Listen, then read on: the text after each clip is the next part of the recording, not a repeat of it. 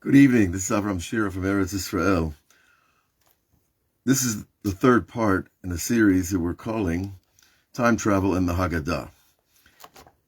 Now, the first two parts, we discussed a lot of different ideas. We tried to create order out of chaos. We tried to understand this concept of time travel from a holy perspective. Some of the highlights that we've talked about, I think, are important to repeat, and, well, we have to repeat them over and over because they're constantly becoming real and new depending on where we are. The first idea we had is this idea of quantum time, where the faster something moves, the slower is time. As they've studied with atomic clocks traveling at different speeds, and they've gotten to atomic clocks are down to a millionth of a second in accuracy. So if you lift your hand above the surface of the earth, there's less gravity on your hand. And therefore, at a certain point, even your hand is moving, aging slower than the rest of you. Just by, it's so small that, of course, we can't experience that amount of measurement. But the point is that the faster something moves, the younger it stays. I like to put it that way, right? So that's why we got to keep moving very fast to stay young. But really, when we understand the concept, we see that time and space are relative to each other. And Rabbi Nachman comes along and says that the larger your consciousness, the less effect or impact time has on you. Okay, so when we understand that concept, that the bigger your conception of reality is, the wholeness of the oneness of the Creator, then the less you are impacted, the less you live in time. The less I'm worried about the physical realm. It doesn't mean I don't care, I don't have compassion, I don't love people and what they're going through. And no, it doesn't mean that at all. It simply means that I'm not attached to the way physical things work out for me. Of course, we want everything to go well. We pray for the best for everybody, but we're talking about a very refined moment in our self-identity. Is what am I attached to? Well, I want to be attached to the one, and not to the particularization of the physical world. Okay. Now, we also touched on this idea of the Baal Shem Tov teaches us where are you? Well, you are where your thoughts are, which, taken to the extreme level of remote viewing, for example, which is practiced by many psychics, and it's actually a discipline that's studied in various espionage and intelligence agencies around the world.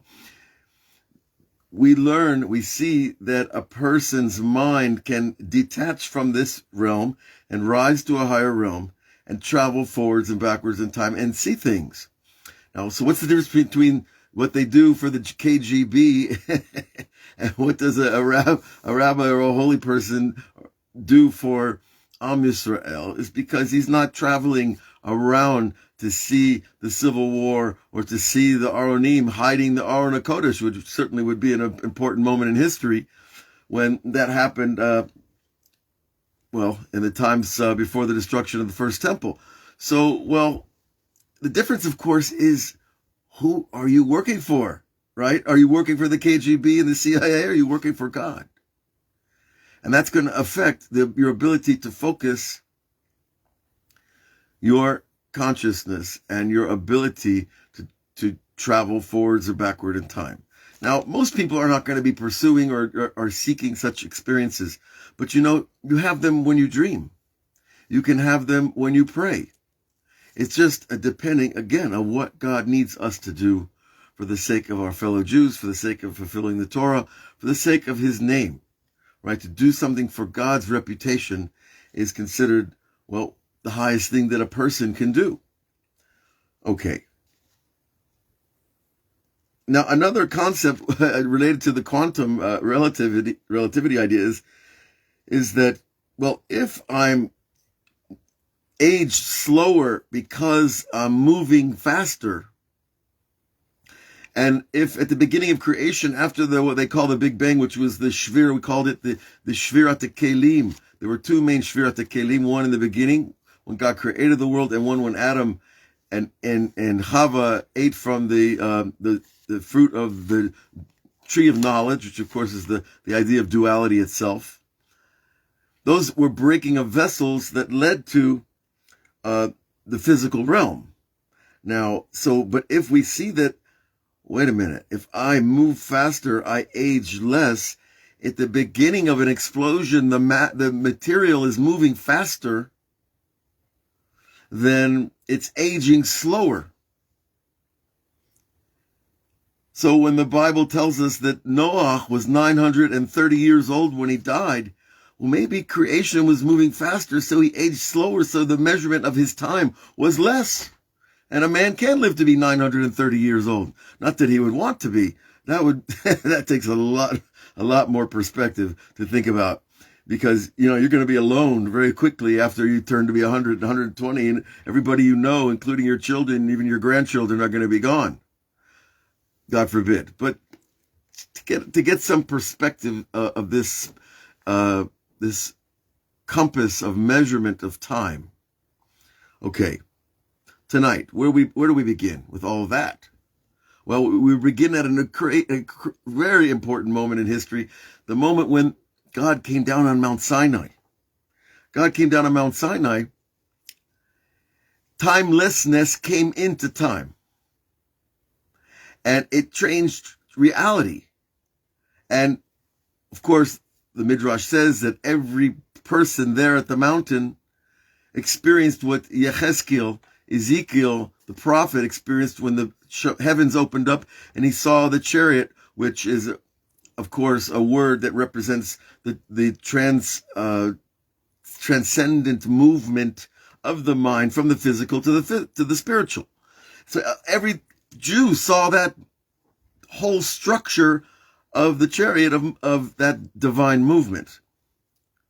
Wait a second. So 3.2 million people had that moment. How did they have the moment? You ever think about that? How did they have the moment?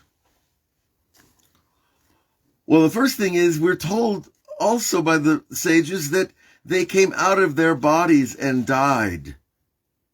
They died for the first two commandments. Anochi Hashem Elokecha, right? I am God, your God, who brought you out of the land of Egypt to be your God. And the second one, you will not have other gods. After they heard those first two commands, they said, enough. Please, Moses, we can't handle this death-like experience. They said, you receive the next 8 commandments and we'll accept them from you. Okay, very nice. Moses does the rest of the work. But what really happened when they died, right? Using that word very broadly, they left their bodies. They went from in time to out of time. And so that was that moment of travel. It was something that you had to experience to understand, obviously. But the rabbis in Masechet Shabbat tell us that when you dream, it's 1/60th of death. You're 1/60th climbing out of your body. And if that's the case, then you're having that above time moment in a micro dose level. Okay? So the entire nation had that moment of experiencing coming out of their body, entering timelessness, unification with the infinite, hearing him talk. See, when the problem, the problem, it's not exactly a problem. It depends on who you are, but the average person, it's a problem to experience the speech of God because you become part of it. You don't just hear it passively as an objective observer of someone talking to you. You become the speech that's being spoken to you. So you become, for that moment, timeless, above time.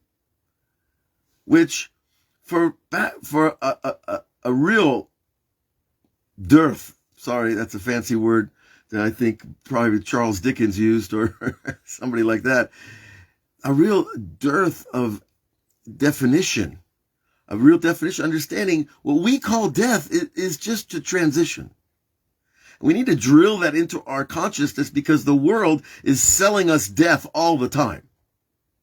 Sorry to put it so crudely.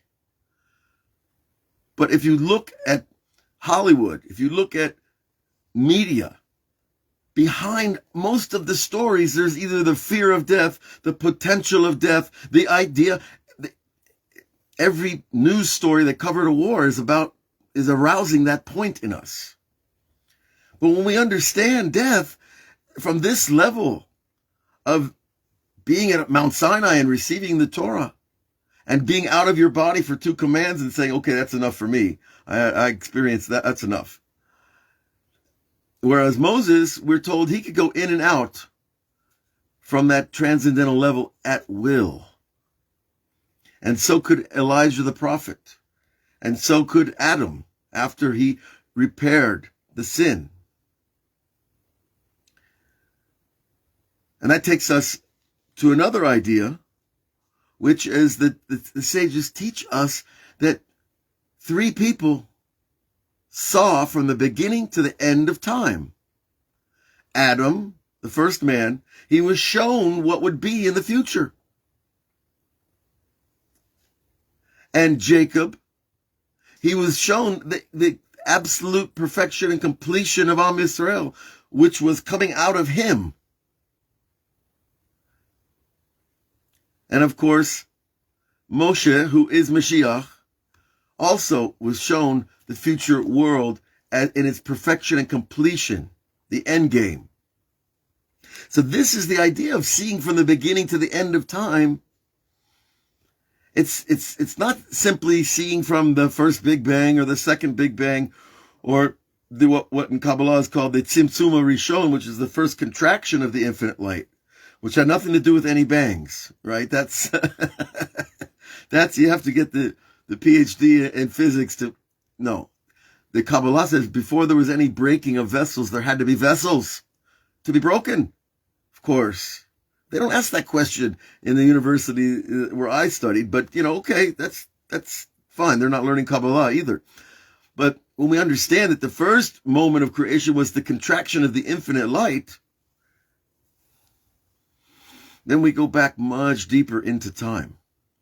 And to see from the beginning to the end of time means you see something, how it's conceived, its inception in the physical, and its perfection and completion in this world. You follow that? That's a process right there. It's something that's conceived in your mind. Then it's the inception of the thing. It goes from mind into this world, into the physical, which, of course, the most obvious metaphor for that transition of birth is the birth of a child, from the mind of the father to the mind of the mother to the egg and the seed of the mind of the mother down to birth, and then all the way to the end of the aspect of the travel of that soul on this planet. When you could see the beginning of something and the perfect completion of that thing, that's called seeing from the beginning to the end of time of that particular thing. Now, there was a famous rabbi who was Rabbi Yaakov Abu Chatzera.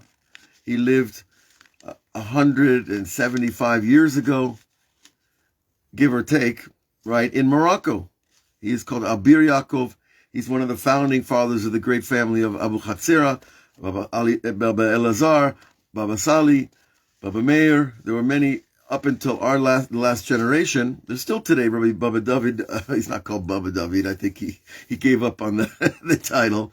But this family of tzaddikim from Morocco, one of their forefathers is Rabbi Yaakov. And Rabbi Yaakov, he was once in a city in Morocco where there was an Arab was killed, and a mob stormed the Jewish section. I don't know if it was Marrakesh or Fez or Tefilet, which is another one of the towns where the Jews lived in Morocco. And they went to the rabbi. They said, Rabbi, they're going to kill us. The mob is after us. They think that they're accusing a Jew of killing one of their people. And so Abu Yaakov came out into the street, and everybody backs off from this guy. Nobody gets close to him. They're terrified of him. If you saw a picture of him, then you will understand what holy terror is like. And he scanned the crowd and he pointed. He said, they showed him the dead body, and then he scanned the crowd and he pointed to the Arab who did it, who of course immediately started denying it. So he went to the dead body and he said some prayers, and the body stood up. The Arab body stood up from death. Immediately a soul came into it and it stood up. And he said, point out the one who killed you, and he pointed to this person. And everybody was really going down to their knees in terror of this moment, you can imagine. And the family of the dead person came over. Please let him stay in his body. Let him stay in this world. You brought him back. And he said, I can't. If I allow the soul to stay, that changes the entire matrix of creation. Think about that.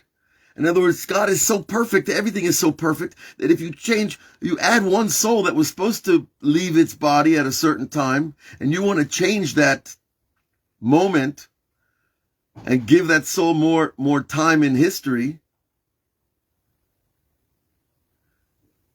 you change everything, because everything's connected to everything. And so, as the story goes, the rabbi said some more prayers, and the soul left the body of the dead person, and the family was, of course, weeping and mourning, and the story goes that many of them converted to Judaism at that time. Okay. Afterwards, the students asked Abir Yaakov, Rebbe, why couldn't you keep him in the world? And he said what I just said, that I cannot play with the matrix of creation. I don't know if he used that word matrix, but it works for our generation, right? I can't change the way God designed something to be. Now, doesn't mean we can't change. No, we're here to change. Trust me. We're here to change ourselves, change our traits, change our personalities, become better people. But here we're talking about something on a much grander scale than individual change. We're talking about the interaction of all souls with the Jewish people, with the Moroccan people, with that town, with, the future. And what is further stated, Rabbi Yaakov said, I did not see that any souls would come out of him. He was able to see the future generations of that particular person who died, and that nothing of transformational power was going to be born from him, and therefore there is no objective reason to bring that soul back and give and let him continue living.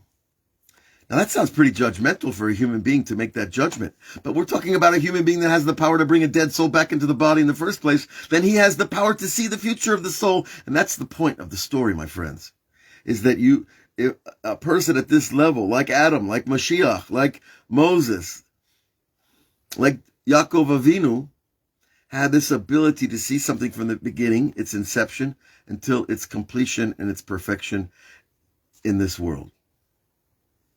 Okay.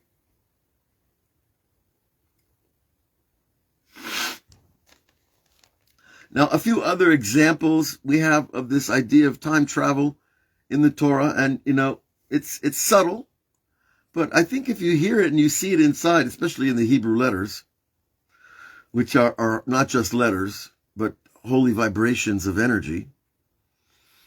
We see, for example, right now it's Chol Hamoed, right? We're in what's called the interim days, the days between the first day of Passover and the last day of Passover. We see in the Hallel prayer that we say, which is, Hallel is a series of Tehillim that were composed by King David and then put into the Yom Tov and Rosh Chodesh, the new month festivals, and added to the prayer books for this reason. And in Hallel, it says over there a very interesting thing, that we pray for regalim acharim, for future festivals. And Regalim Acharim means, the next Sukkot, the next Pesach, the next Rosh Hashanah, the next Shavuot, when the Torah is given, because the years keep rolling as far as I can see. They're not going to stop too soon. See, that's another thing that Hollywood does. It sells you the end of the world. It's a great hoax, because there is no end of the world, because it's all attached to the endless one. But it's fear, and fear sells at the box office. So it's always good to know what you're buying when you're buying, you know what I mean? But nonetheless, there is a purpose, of course, for death as we experience it, because it's to teach us about the preciousness of life, and that there are transitions that are made. Now, in the Hallel prayer, we see over there that we're praying, but the other festivals also mean the future festivals that the Mashiach will come and reinstitute, because the fast days that we have now will be holy days. And so we have the 5 minor fasts, they're called. When we're asked to fast for various incidents in the history of the Jewish people, those minor fasts are going to be converted into holidays. That's Regalim Acharim. We're being promised something in the future.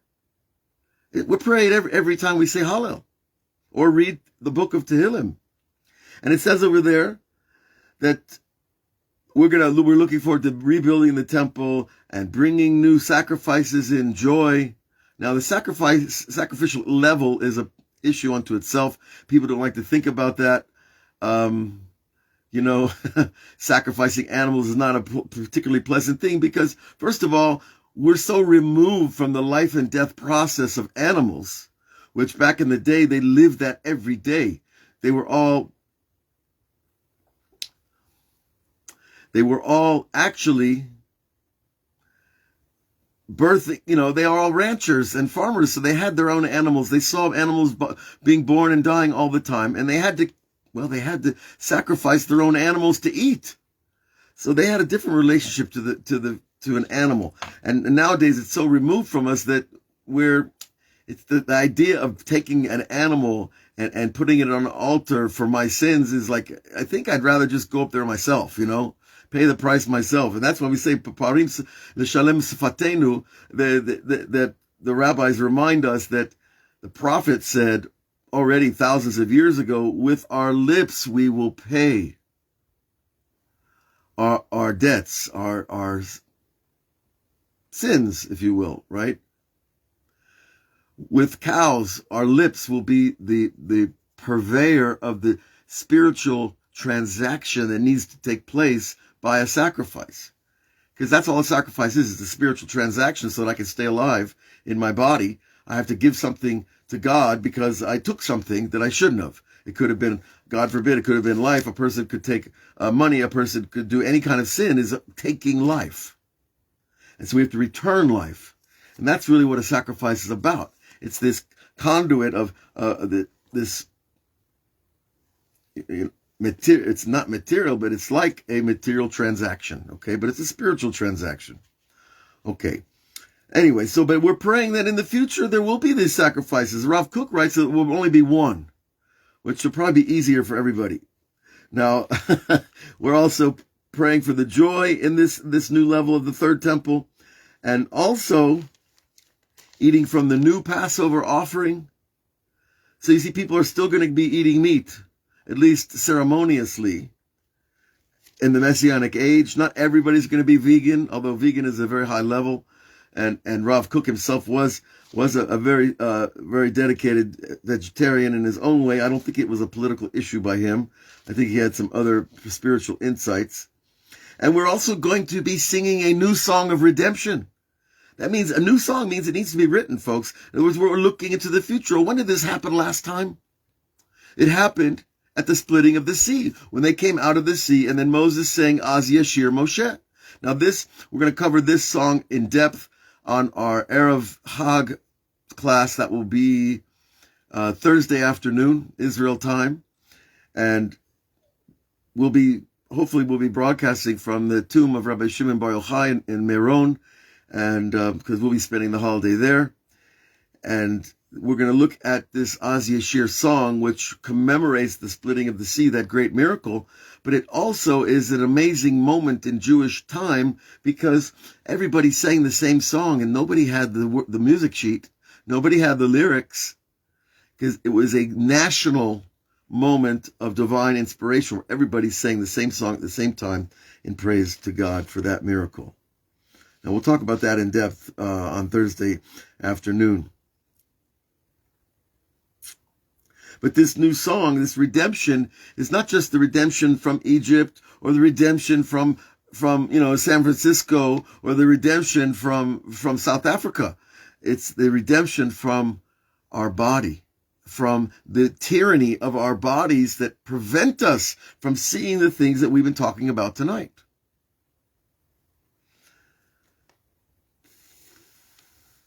Now, there's another piece in the Haggadah that this is all from the Haggadah, right? Which was a compilation of teachings that Rabbi Yehuda Nasi put together. Now, over there, it says that God will come down to Egypt and not through an angel. And there are three types of angels mentioned there. Will I come, but before the Haggadah says, B'chvodo ba'atzmo, God in his own honor and glory. Now, why are we being told this? When an angel comes to you, it's God. It's just in the form of an angel. So why does God say, no, I'm not going to send an angel. I'm going to go myself. Now, if someone knocks at your door and says, the boss wants to talk to you, or the boss is going to give you a promotion, he sends his messenger. That's what an angel is. It's a representation of an idea that started with Hashem, and it takes on a form called an angel, and then it delivers a piece of information. But we never separate the angel from God. Now, how do you see this? How do you live this? You do it all the time through your thoughts. Let's say you're sitting with somebody and they say, "What are you thinking?" And you say, "Oh, I was thinking about going on vacation." They say, "No, you don't look like you're thinking about vacation. The look on your face looks like you're worried about something." Oh, you mean they caught you lying about your own thoughts. See, God doesn't lie about anything. And when he wants to send you a thought, it's through an angel. He doesn't have to do it himself. Now, on the night of the redemption from Egypt, mentioned in the Haggadah, God says, "I'm going myself." What's happening is God is revealing his identity. He's not hiding his identity in an angel. He's saying, enough hiding. Tonight I'm revealing myself to all of them.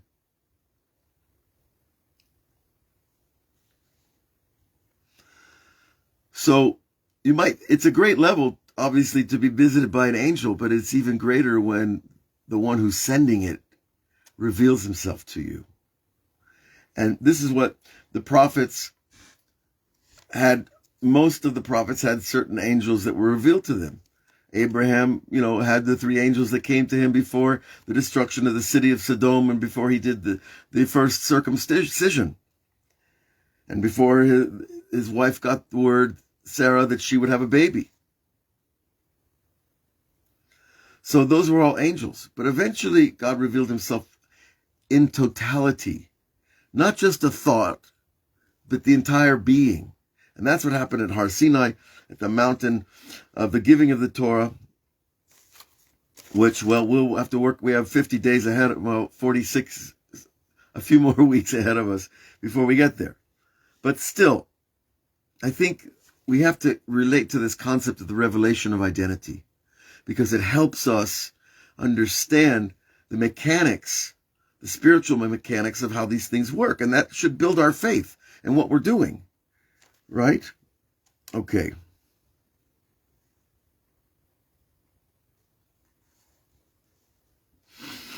So the Hallel is really giving us a prophetic notion of the third temple being built and what we're going to do there.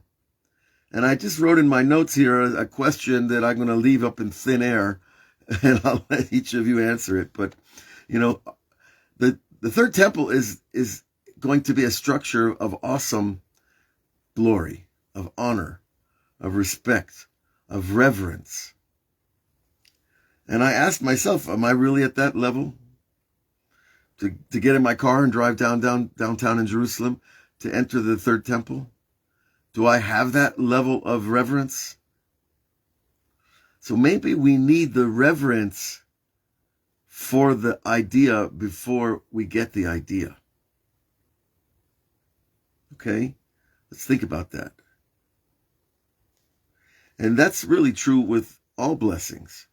I need reverence for the thing, I think, before God is going to make it come into the material realm. And I'd like to end with another story connected to the Lubavitcher Rebbe. They once asked the Rebbe, how he looks at a person and how he's able to tell them what they need and give them blessings for what they need, and his blessings come true. And the Rebbe said, when I look at a Jew, I see his perfected state. In other words, here we're talking tonight. Well, I'm talking. I guess most of you are maybe talking to yourselves. But when we talk to each other, are we really seeing each other at our perfected states? It's hard to say we are. I see your names flashing across the screen. I'm grateful for all of you being there. And I get pleasure from seeing your names flash across the screen. But I have to remind myself that each and every soul on this planet has its perfected state. The state that it was created from in the beginning, and the state that it is hopefully destined to transform into in the end of this great story called the human race. So if we can start to look at people with that idea, that they have this perfected state within them, I think we're going to see a lot of information and a lot of time travel by seeing people in that way. By seeing people that way, we see their whole story. We see their journey. We see their perfection. We see their imperfection. We see it all part of a greater perfection. And when people that have this gift, like the Baal Shem Tov and other great sages like Rabbi Yaakov, like the Lubavitcher Rebbe, when they have it, they're just speaking what God already knows through them for the sake of the person that needs to hear. So we should all be blessed with a continuing festival of freedom, Passover, Pesach. We'll be traveling around Israel tomorrow, the next day, and getting ready for the new festival, which is Thursday night here in Israel. And then we go right into Shabbat, which is this week. It'll be like the 8th day of the festival. Well, Shabbat is completely above this world. And so I guess we'll have to talk more about above time another time. God bless you all. Hag Sameach.